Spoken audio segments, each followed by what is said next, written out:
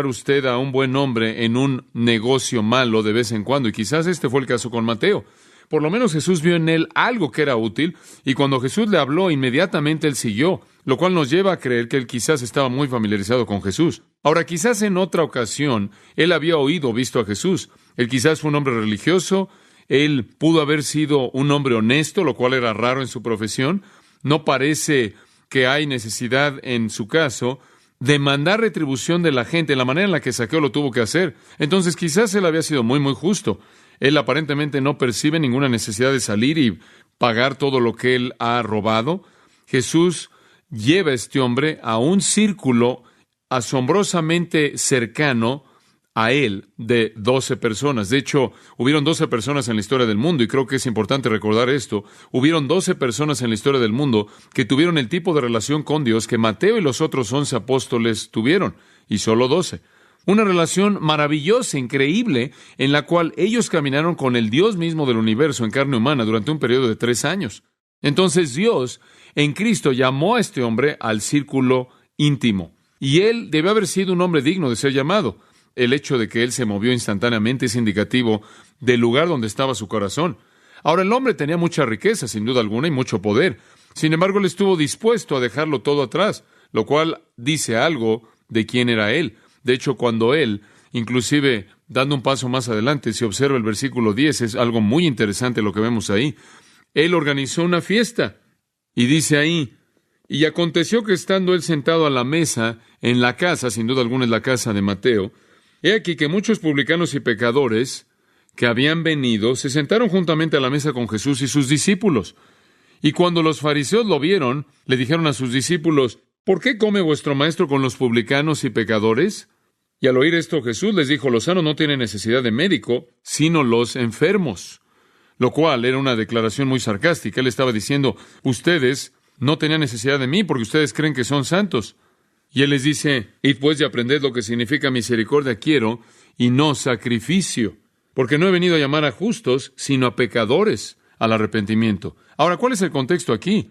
Y eso realmente es lo único que queremos decir. Aparentemente, cuando Mateo decidió seguir a Jesús, él decidió organizar una gran fiesta. La idea de la gran fiesta era para presentar a sus amigos del pasado a su nuevo amo, a su nuevo maestro, y él hizo eso. Entonces creo que Mateo debió haber sido un buen hombre, y él hizo un compromiso profundo, y él estuvo dispuesto a dejar una vida muy lucrativa, y él no se fue de manera callada, sino que más bien organizó una fiesta para presentar a sus amigos antiguos a su nuevo maestro. Creo que Mateo fue un hombre modesto, creo que fue modesto, porque al recitar los muchos acontecimientos de importancia tremenda que presenta a lo largo de su registro, él nunca hace una referencia personal a sí mismo. Esto es en la primera persona. Él siempre trata a Mateo en tercera persona, la manera en la que él trataría a cualquier otro individuo, y él no se da un crédito en particular a sí mismo por nada. Él ni siquiera dice que escribió este evangelio en ningún lugar en el evangelio entero. La razón por la que sabemos que él escribió es debido a todos los manuscritos, los primeros manuscritos, que incluyen su nombre en el título. Y la afirmación unánime de los primeros padres de la Iglesia es que fue escrito por Mateo. Simplemente es uno de los libros más claros en términos de quién fue su autor en todo el Nuevo Testamento. Todo el mundo sabía que Mateo escribió esto. Ahora, no sabemos cuándo lo escribió. Él lo escribió en algún punto entre el 50 y el 70 después de Cristo. En algún punto antes de la destrucción de Jerusalén, no sabemos cuándo. Sabemos por qué lo escribió, y puedo expresarles eso de una manera simple. Este evangelio está escrito para presentar la historia de la salvación, y en esa historia demostrar el hecho de que Jesús es el Cristo, el Mesías predecido.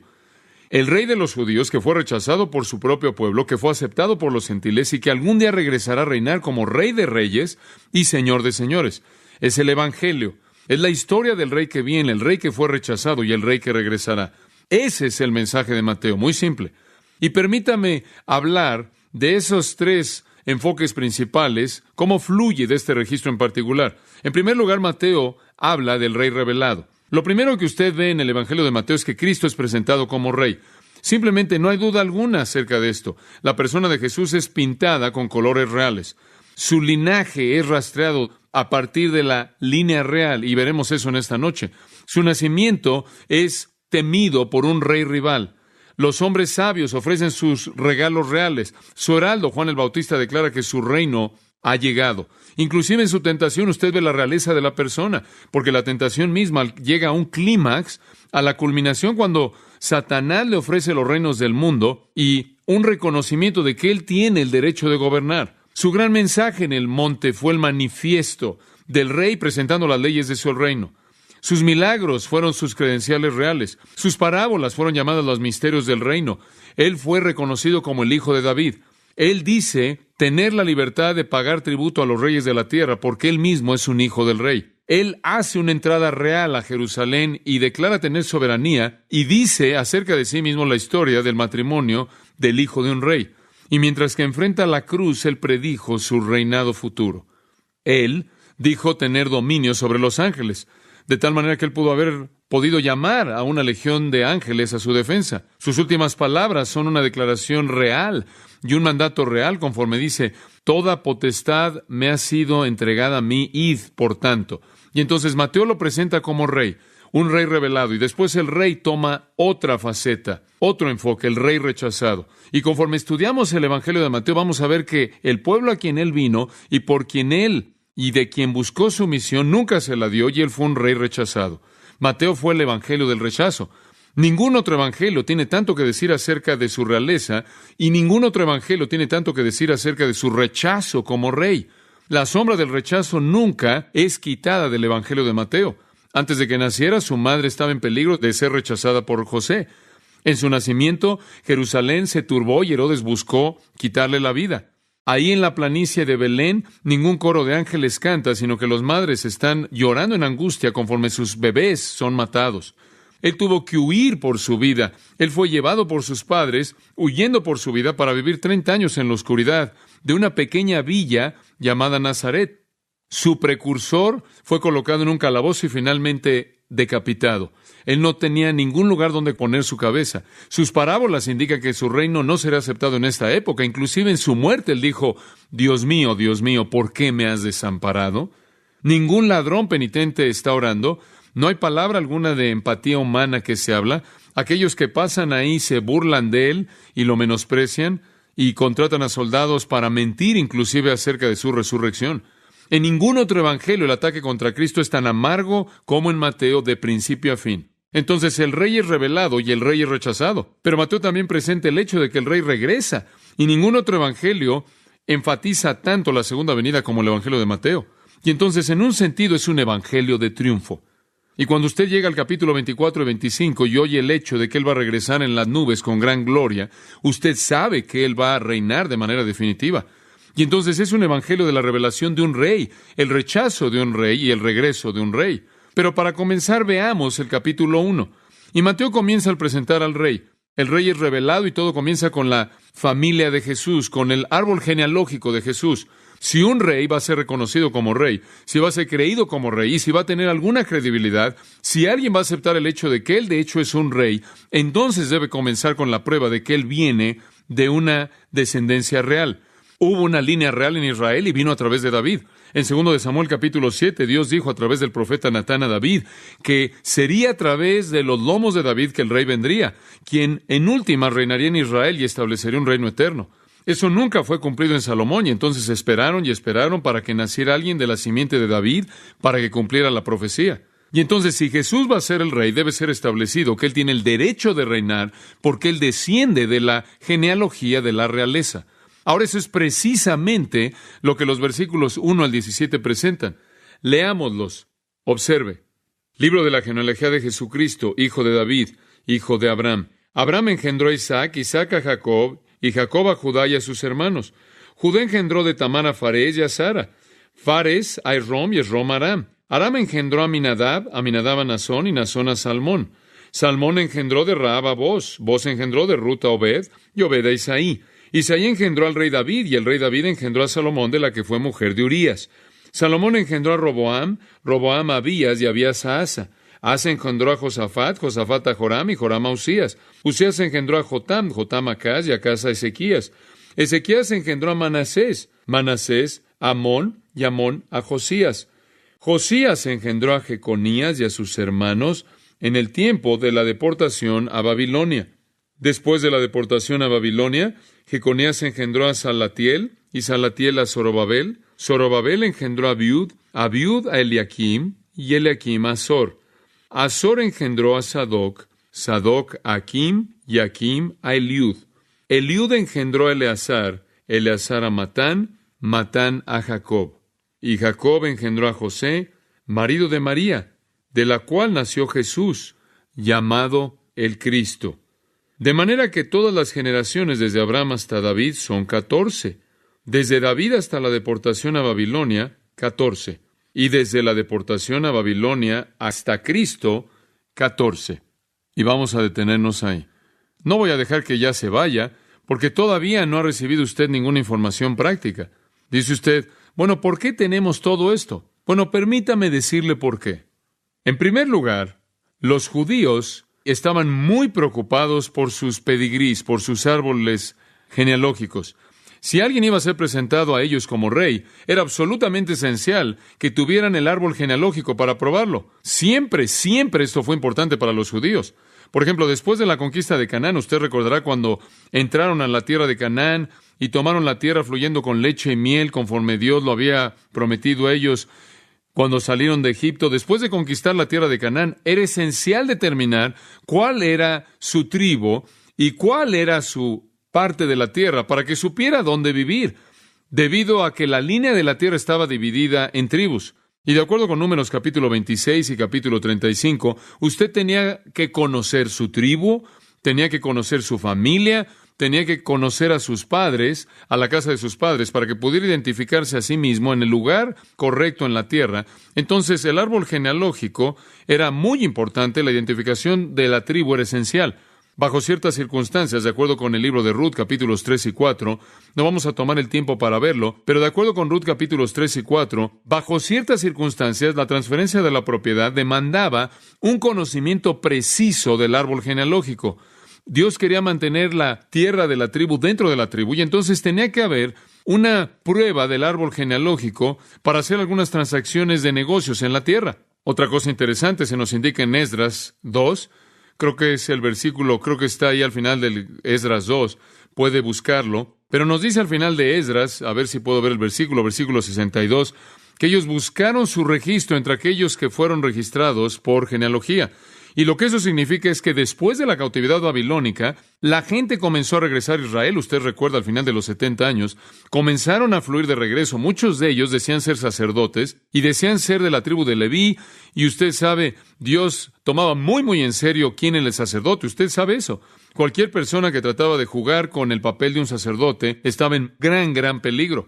Entonces, cuando estas personas regresan y tratan de decir que ellos son parte de la línea sacerdotal, tenían que probarla en base a, dice Esdras 2:62, de su genealogía. Y si no eran hallados, eran sacados del sacerdocio. Entonces ellos necesitaban conocer el árbol genealógico para el intercambio de la tierra, para su ubicación de la tribu y para su identificación sacerdotal cuando regresaron de la cautividad. Y de hecho es muy interesante recordar, estoy seguro que usted recuerda esto, que inclusive en el Nuevo Testamento, cuando comienza, ¿qué es lo que José y María están haciendo? Ellos van a ser registrados de acuerdo con su grupo, con su tribu, en su propio lugar, porque todavía estaban identificando a la gente de esa manera. Y en Lucas capítulo 2, en los primeros 4 versículos, nos dice simplemente que sucedió en esos días que salió un decreto de César Augusto que todo el mundo debía ser registrado. Y el registro fue primero hecho cuando Quirinio fue gobernador de Siria. Y todo el mundo fue a ser censado a su propia ciudad. Y José también fue de Galilea, de la ciudad de Nazaret, a Judea, la cual es la ciudad de David, porque él era de la casa, ¿y de qué? Del linaje de David. ¿Se da cuenta? Esas identificaciones todavía existían en el tiempo del nacimiento de Jesucristo. Por cierto, los escritos de Josefo, ahí vemos el apoyo del historiador Josefo, cómo usaban los expedientes ancestrales como parte de la cultura judía alrededor del tiempo de Jesucristo. Entonces, esto era algo muy común. Los judíos realmente estaban preocupados porque todo mundo supiera de quién descendía, conociendo exactamente a quién pertenecían. Ahora, en el Nuevo Testamento, usted tiene a Pablo diciendo algo así, Romanos 11:1. Yo digo entonces, ¿acaso Dios ha desechado a su pueblo? Dios lo prohíba. Y después Pablo dice, porque yo soy israelita de la simiente de Abraham, ¿de la tribu de quién? Benjamín. Como puede ver, él todavía está presentando su árbol genealógico. Para el pueblo judío esto era muy importante, y esta es la razón por la que usted ve que por lo menos hay 50 genealogías en el Antiguo Testamento. Y habían razones para esto. No solo la línea real, la línea sacerdotal, pero en términos de propiedad, de transferencia de propiedad y demás. Ahora, todo esto ha cambiado el día de hoy. Los judíos no saben esto. Ellos, observe esto, no tienen registro alguno en absoluto de la tribu de la cual descienden, en absoluto. No pueden rastrearlo. Ha desaparecido completamente. Digo, desapareció totalmente. Ningún judío que existe en el mundo el día de hoy podría probar que él es hijo de David. Ahora, quiero que sepa algo. Si alguien va a venir diciendo que es el Mesías, nunca va a poder probarlo. Y hay algunos judíos ortodoxos que aún creen que el Mesías va a venir, pero el problema es que nunca va a haber una manera en la que puedan probar su árbol genealógico, lo cual dice esto: Jesucristo es la última persona que se pudo verificar como descendiente y merecedor del trono de David. Si él no es el Mesías, nadie más puede probarlo de manera creíble. Eso es todo. Ahora, en esta genealogía en Mateo, estamos viéndola de manera global. No vamos a entrar en todos los detalles y contarle la historia de todo nombre, así que puede descansar. Pero en esta genealogía tenemos lo que llamamos un registro descendiente, llevando a lo largo de José hasta Jesús. Un registro descendiente. Y desciende de David hasta Abraham, descendiendo hasta José y luego a Jesús. En el Nuevo Testamento, la genealogía de Jesús también se registra en el 3 capítulo de Lucas. No necesita pasar ahí, simplemente voy a hacer referencia a ella. Pero en la genealogía en Lucas es al revés. Es una genealogía ascendente. Comienza con Jesús y se remonta hasta María. Entonces aquí usted tiene una genealogía que desciende a través de José, y allá tiene usted una genealogía que se remonta a María. Una comienza con Jesús, la otra termina con Jesús. Simplemente va al derecho y al revés, y termina igual. Es como si el Espíritu de Dios dice: de cualquier manera que ustedes lo vean, este es el correcto. Ahora hay algunas otras distinciones entre esta y la de Lucas. Mateo va a mostrar, escuche esto, va a mostrar la descendencia legal de Jesús como el rey de Israel. Lucas va a mostrar la descendencia lineal. En otras palabras, Mateo nos muestra la línea real, mientras que Lucas nos muestra la línea de sangre. Dice usted, ¿cuál es la diferencia? La diferencia es esta. La línea real, ahora escuche esto, la línea real siempre era transmitida a través de ¿qué padre? El Padre. Siempre venía a través del Padre, pero Jesús no tuvo padre humano. Y a través de José, él tenía el derecho de reinar que pertenecía a David, aunque José no era su padre en términos de que realmente era su padre, pero era su padre legal. Ahora, escuche esto, manténgase conmigo, sígame y vamos a cubrirlo de otra manera. Mateo sigue la línea real a través de David y Salomón, el hijo de David. Mateo la sigue y continúa y llega hasta David, y después la línea real atravesó por Salomón. Pero David tuvo otro hijo. Él tuvo varios, pero este otro fue Natán. Y la línea de María vino a través de Natán. Entonces, lo que usted tiene es una línea que viene a través de David y después llega así a través de Salomón, a través de Natán. Y a través de Natán usted llega a María, y a través de Salomón usted llega a José. Ambos de la simiente de David, ambos transmitiendo sangre real. Entonces, por la línea de sangre, él es de David, y legalmente, como un heredero al trono, él es de David. Ambos por parte de su padre y de su madre. Él es la simiente de David a través de María, y él es el heredero legal de David a través de José. Observe el versículo 16. Y Jacob engendró a José, el marido de María. ¿No es eso interesante? ¿Qué es lo que dice? El padre de Jesús. José no fue el padre de Jesús de una manera humana. Él fue el marido de María. La Biblia nunca llama a José el padre de Jesús. Por cierto, observe de nuevo el versículo 16. Jacob engendró a José, marido de María, de la cual nació Jesús.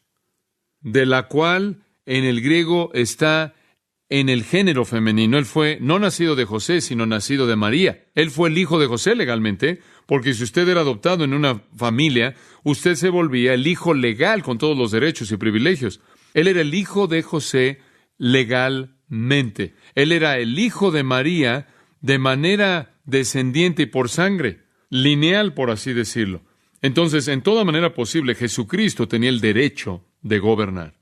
El Padre era el que concedía la línea real, la Madre era la que concedía la sangre real a Jesús. Es interesante que en Lucas, en su genealogía, en el versículo 23 del capítulo 3, dice que Jesús mismo comenzó alrededor de 30 años de edad, siendo el hijo de José, hijo de Elí y de Mis. Él era considerado por todos, ahora escuche esto, él era considerado por todos, aunque no era el hijo real de José, él no era el hijo físico de José, él era considerado por todos como el hijo de José. Ahora, la mayoría de la gente pensaba, por lo menos en la época de su nacimiento, que él era el hijo de alguna relación ilícita, pero lo llamaban el hijo de José porque José era su padre legal constituido, había sido constituido su padre legal. Realmente no hubo duda alguna acerca de eso. De hecho, a lo largo de su vida él es conocido como el hijo de José. Nunca hubo argumento alguno porque ellos aceptaron lo que sería considerado una adopción en el sentido legal, con todos los derechos y privilegios. En Lucas 4:22 daban testimonio y dijeron, ¿no es este el hijo de José? Entonces reconocían eso. Entonces, perfecto. Escuche esto. Cumplimiento perfecto. Cumplimiento perfecto. Observe el versículo 11. Quiero extraer aquí un pensamiento más. Josías engendró a Jeconías y a sus hermanos en el tiempo de la deportación a Babilonia. Y después de la deportación a Babilonia, Jeconías engendró a Salatiel y Salatiel a Zorobabel. Ahora, quiero que observen algo muy interesante. Leímos aquí este nombre Jeconías. Josías engendró a Jeconías y demás. Ahora, aquí hay algo muy interesante. ¿Se acuerda de quién es la línea aquí en Lucas? Más bien en Mateo. José. Ahora, quiero que observe algo. Jeremías 22:30. Escuche. Escriba ahí Jeremías 22:30. Escuche lo que dice. Así dice Jehová. Escriban este hombre como alguien sin hijos. Y el hombre a quien se refiere es Jeconías. Este es el mismo hombre. Un hombre que no sucederá en sus días. Ninguno de sus descendientes se sentará en el trono de David. ¿Escuchó eso? Ninguno de los descendientes de Jeconías jamás se sentaría en el trono de David. Esa fue la maldición en contra de Jeconías, de Jeremías 22:30. Ahora escúchame. Si Jesús hubiera sido el verdadero hijo de José, él nunca podría haberse sentado en el trono de David. ¿Escuchó eso? Él habría estado bajo la maldición. Sin embargo, él tenía que ser el hijo legal de José para tener el derecho. Entonces Dios tenía que diseñar un plan mediante el cual él sería el heredero legal al trono, pero que él no estuviera en la línea de David, descendiendo a través de Jeconías. Y entonces Dios hizo eso mediante el nacimiento virginal. De esta manera, evitando la línea de sangre de Jeconías, pero al mismo tiempo llevando el derecho real de reinar y descendiendo de sangre a través del lado de María. Es algo fantástico, ¿no es cierto? Cómo Dios guardó todo detalle. Y el nacimiento virginal lo resolvió. Entonces, como puede ver, la razón de la genealogía es presentar el hecho de que este es el que tiene el derecho de reinar. Escuche, me podría tomar mucho tiempo el descifrar la importancia de esto, pero todo lo que tenían que hacer los judíos era leerlo y ellos entendían el mensaje. Ellos conocían el Antiguo Testamento. Ellos conocían la maldición en Jeconías. Ellos conocían su línea. Ellos conocían sus árboles genealógicos. Y Mateo está estableciendo el hecho de que él tiene el derecho de ser rey. Ahora regresemos al versículo 1 por un momento. Esto todavía es introducción. Libro de la genealogía de Jesucristo, hijo de David, hijo de Abraham. Libro, biblos, puede significar libro o podría significar una lista de nombres. Aquí significa una lista de nombres, un registro. El libro de la Geneseasos, del Génesis, de los principios, el libro de los principios acerca de Jesucristo. Esta es la historia de cómo Jesucristo llegó. Este es el registro de su origen, el registro de su árbol genealógico, Jesús Christus. Jesús es el equivalente griego de el Yeshua, Yehoshua del Antiguo Testamento, lo cual significa simplemente Jehová salva. Este iba a ser su nombre. Mateo 1:21 dice, llamará su nombre Jesús, porque el que salvará a su pueblo de sus pecados. Yeshua, Jehová salva. Y la forma acortada enfatiza la acción verbal. Y después está Christos, lo cual significa el ungido. Él era el ungido, él fue ungido como profeta, él fue ungido como sacerdote, él fue también ungido como ¿qué? Como rey. Y entonces aquí usted tiene el libro acerca de los principios del que salvará, del que fue ungido como profeta, sacerdote y rey. Oh, era tan importante saber esto. Y nuestro querido Señor Jesús, puro y sin mancha, sin pecado, fue rechazado, se burlaron de él, fue maldecido, y siempre los comentarios acerca de su origen. En el capítulo 13 de Mateo, versículo 54, y venido a su tierra, les enseñaba en la sinagoga de ellos, de tal manera que se maravillaban y decían, ¿de dónde tiene esta sabiduría y estos milagros? Mateo 13, 54. ¿De dónde tiene esta sabiduría? ¿No es este el hijo del carpintero? ¿No se llama su madre María? ¿Y sus hermanos Jacobo, José, Simón y Judas? ¿No están todas sus hermanas con nosotras? ¿De dónde pues tiene todas estas cosas? Y se escandalizaban de él. Él no tiene derecho para este tipo de cosas. Él viene de lo más bajo en Nazaret. En el capítulo 7 de Juan, de nuevo el tipo de burla acerca de su origen. Juan 7, 27. Jesús viene a la fiesta de los tabernáculos y los judíos se enojan con él por lo que dice. Y en el versículo 27, pero sabemos de dónde es, mas cuando venga el Cristo, nadie sabrá de dónde sea. Digo, no es el Cristo. Sabemos de dónde es. Él es alguien bajo de Nazaret, ahí en el monte, ¿saben? Digo, no podrán creer que el Mesías viniera de algún lugar que no fuera Jerusalén. Un pensamiento así es intolerable. Él es un donadie de ningún lugar. Y en el versículo 40, entonces algunos de la multitud, oyendo estas palabras, decían, verdaderamente este es el profeta, profetizado por Moisés ahí en el Pentateuco. Otros decían, este es el Cristo. Pero algunos decían, ¿de Galilea de venir el Cristo? ¿Estás bromeando? En capítulo 8, versículo 1, él le dice a los líderes judíos, ustedes hacen las obras de su padre. Ellos le dijeron, no nacimos de fornicación. ¿Qué creen lo que quisieron decir con eso? Eso es calumnia. No nacimos de fornicación. Nosotros tenemos solo un Padre, Dios. Versículo 48, respondieron entonces los judíos y le dijeron, ¿no decimos bien nosotros que tú eres samaritano y que tienes demonio? Tú eres el resultado de fornicación, estás poseído por demonio, que vino de un lugar que no es nada y de una familia anónima. No nos vengas con ninguna de tus credenciales mesiánicas. Entonces Mateo, como pueden ver, ve hacia atrás en todo esto, y bajo la inspiración del Espíritu Santo él escribe el libro de los principios de Jesucristo. Entonces, de esta manera, nunca necesita haber duda alguna acerca de dónde vino él.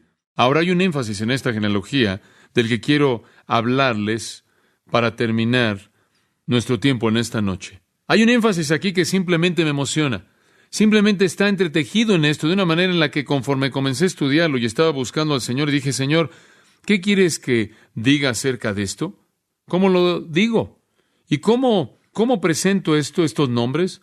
¿Qué voy a decir? Y comencé a pensar acerca del hecho de que Jesucristo fue un rey, pero Él no fue un rey como cualquier otro rey. Él no era un rey que gobernaba por ley. Él era un rey que gobernaba ¿por qué?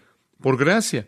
Y comencé a escudriñar la genealogía para ver si podía encontrar gracia en esta genealogía. Y hombre, empezó a derramarse gracia por todos lados. Por todos lados empezó a llenar mi escritorio. Gracia por todos lados. Él es un rey de gracia. Y usted sabe que inclusive en esto, usted sabe que Dios ni siquiera puede presentar las credenciales reales de Jesús sin derramar su gracia en toda persona que lo lee. Está por todos lados.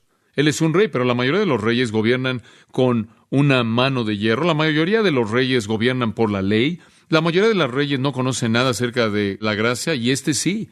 ¡Oh, qué rey tan lleno de gracia!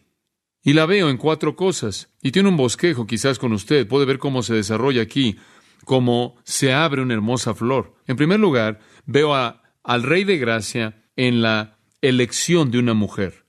La elección de una mujer. Lo primero que me impactó conforme estaba leyendo el versículo 16, dice, y Jacob engendró a José, el marido de María, de quien nació Jesús, quien es llamado el Cristo. Y pensé, oh, allá hay gracia. Allá hay gracia a esa dama. Esa pequeña dama, María, convirtiéndose en la madre del Mesías. La madre del Hijo de Dios, María. Conforme Lucas registra el hijo de Elí, María. Nadie sabía algo de María antes de esto. No quiero sacudirlos mucho, pero les voy a decir algo. María era una pecadora. María era una pecadora. Dice usted, bueno, soy católico, no creo eso. Bueno, la Biblia nos dice eso. María era pecadora. Ella era como cualquier otra persona. Ella era como el resto de los hombres y mujeres. No quiero decir que era peor que cualquier otra persona. Ella probablemente era mucho mejor que la mayoría y sin duda era una persona profundamente devota y religiosa, pero era una pecadora que necesitaba un Salvador. Y el Señor Jesucristo tenía que ser un Salvador para ella, como también un hijo de ella. Sin embargo, Dios en su gracia maravillosa y misteriosa le escogió. ¿Sabe algo? Dios no tenía que hacer eso, pero escogió a María. ¡Qué gracia! Usted sabe, la Iglesia Católica Romana ha elevado a María a un lugar de exaltación increíble, y estoy seguro que si María supiera esto, estaría muy molesta. Estoy seguro de que realmente no se está molestando por ello mucho en el cielo. Pero dicen que María no tiene pecado, que María mantuvo virginidad perpetua, lo cual es difícil debido a que la gente recitó los nombres de todos sus hijos. Ellos dicen que María es corredentora con Cristo. Ella es su equivalente al salvarnos. Ella es comediadora, esto es, que no hay un mediador entre Dios y los hombres, sino que hay dos, María y Jesús. Que ella asumió corporalmente el cielo, llegó al cielo y nunca murió porque ella no tuvo pecado, nació virginalmente y por lo tanto ella nunca moriría. Ella ascendió. Literalmente, ellos reflejan en María todo lo que es verdad acerca de Cristo. Desafortunadamente, nada de esto es verdad acerca de María. Amados, permítanme decirles esto. María simplemente fue una dama pecadora, igual que todas las damas, y ella necesitaba un Salvador. En Marcos 3, versículo 31, nos dice que vinieron sus hermanos y su madre, estando afuera, llamándole, y Jesús estaba adentro enseñando. Y la multitud se sentó ahí, y ellos dijeron, he aquí, tu madre y tus hermanos están afuera buscándote. Y él respondiéndoles les dijo, ¿quién es mi madre y mis hermanos? Y él miró a su alrededor y dijo, he aquí mi madre y mis hermanos. En otras palabras, ustedes son mi madre y mis hermanos. Todo aquel que hace la voluntad de Dios, él mismo es mi madre, mi hermana y mi hermano. Jesús minimizó el lugar de María. María fue un rostro en la multitud, eso es todo. María no era nadie. Cuando hablamos de este asunto, María había llegado de la misma manera que cualquier persona había venido. El estar relacionada con Jesucristo no tenía nada que ver con el hecho de que ella era su madre. Ella tenía que hacer la voluntad del Padre, como puede ver. Esa es la manera en la que tenía que ser. Y en Lucas 11, versículo 28, dice esto. Esto es maravilloso. Sí, y regresemos al 27. Dice, y sucedió, conforme él hablaba estas cosas, que cierta mujer, Jesús está hablando aquí a cierta mujer levantó su voz y dijo, bienaventurado es el vientre que te engendró y los pechos que te crearon.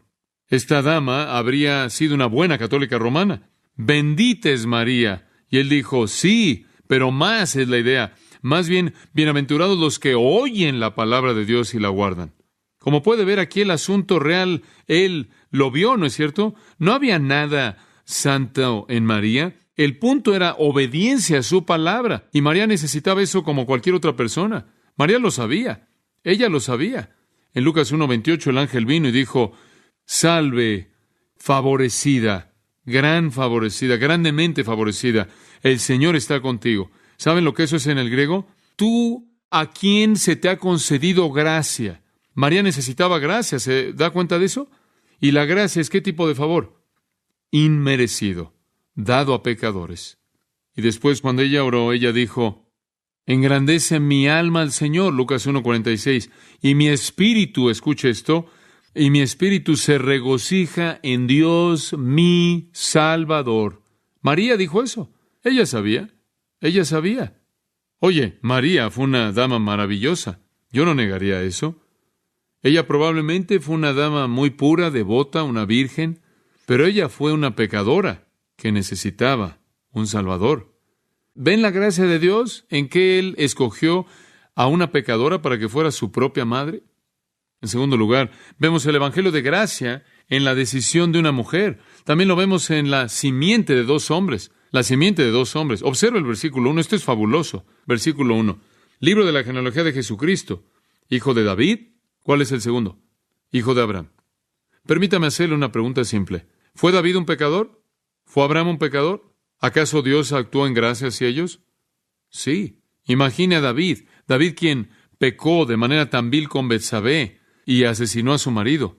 David el polígamo, David el sexual, podría casi decir pervertido, excepto porque quizás es una palabra fuerte.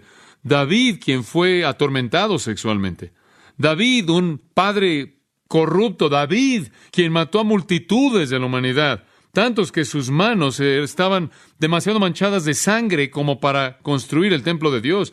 Y Abraham quien mintió acerca de su esposa en Egipto y quien trajo vergüenza a ambos. Abraham quien no creyó en Dios. Abraham quien cometió adulterio con Agar. Abraham de nuevo en Gerar mintió acerca de Sara y la dio al rey como si fuera su hermana. Dos pecadores.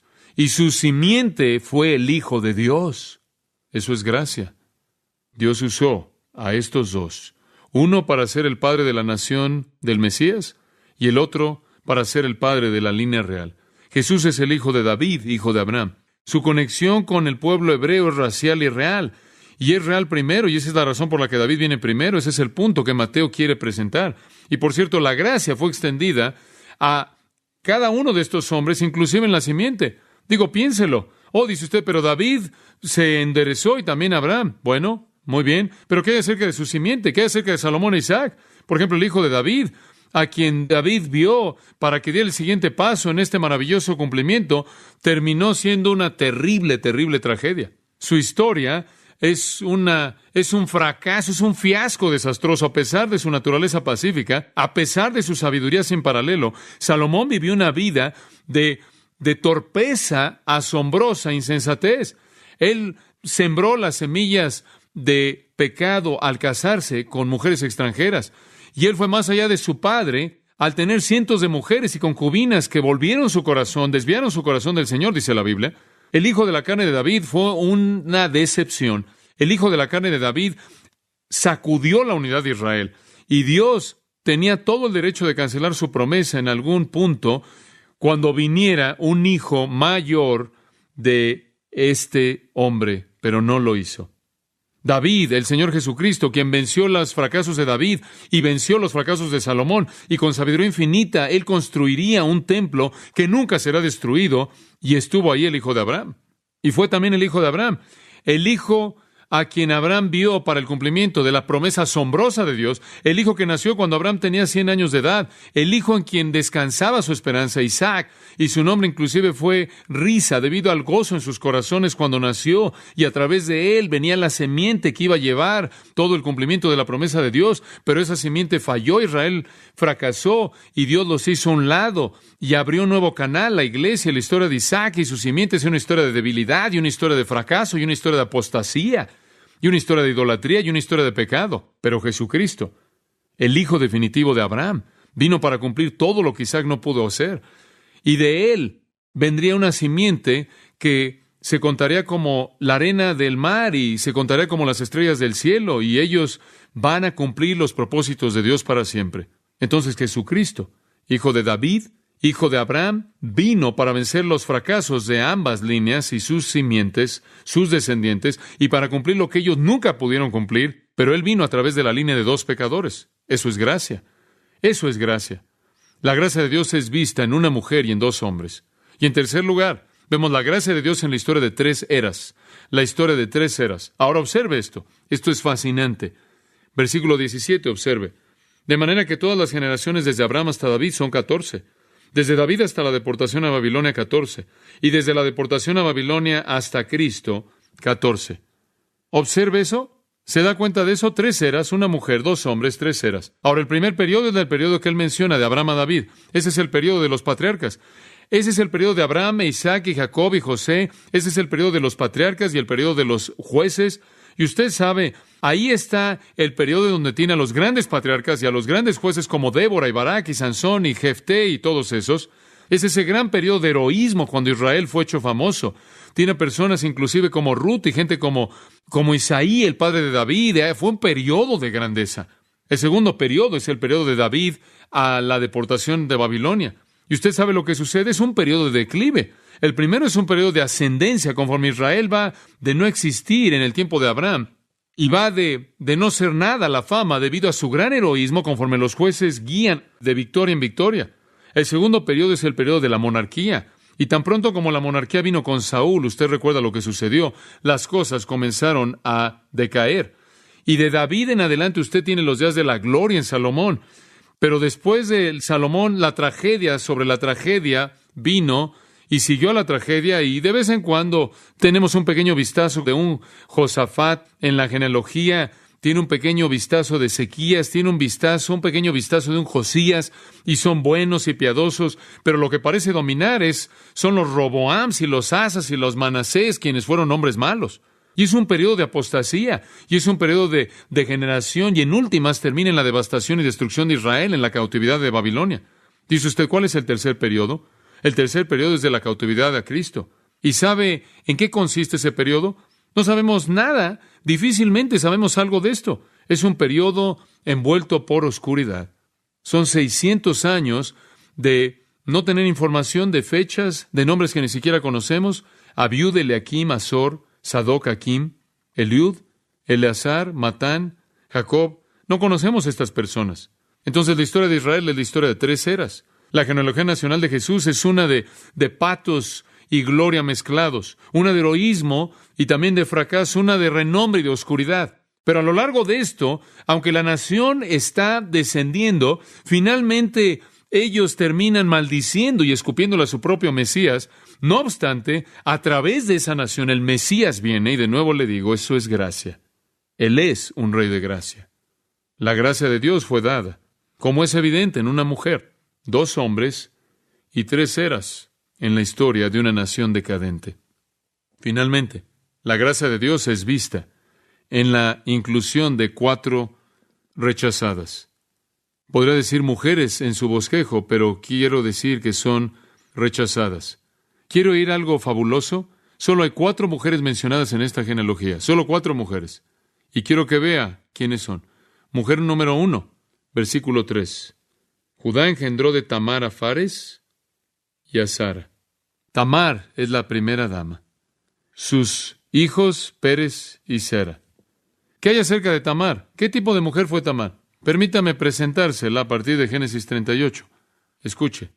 Y se le dijo a Tamar, diciendo, y no tengo todo el tiempo para entrar a todo esto, Judá quería una mujer, una esposa para su primogénito, y entonces tomó esta dama. Se le dijo a Tamar, diciendo, aquí tu suegro viene a Timná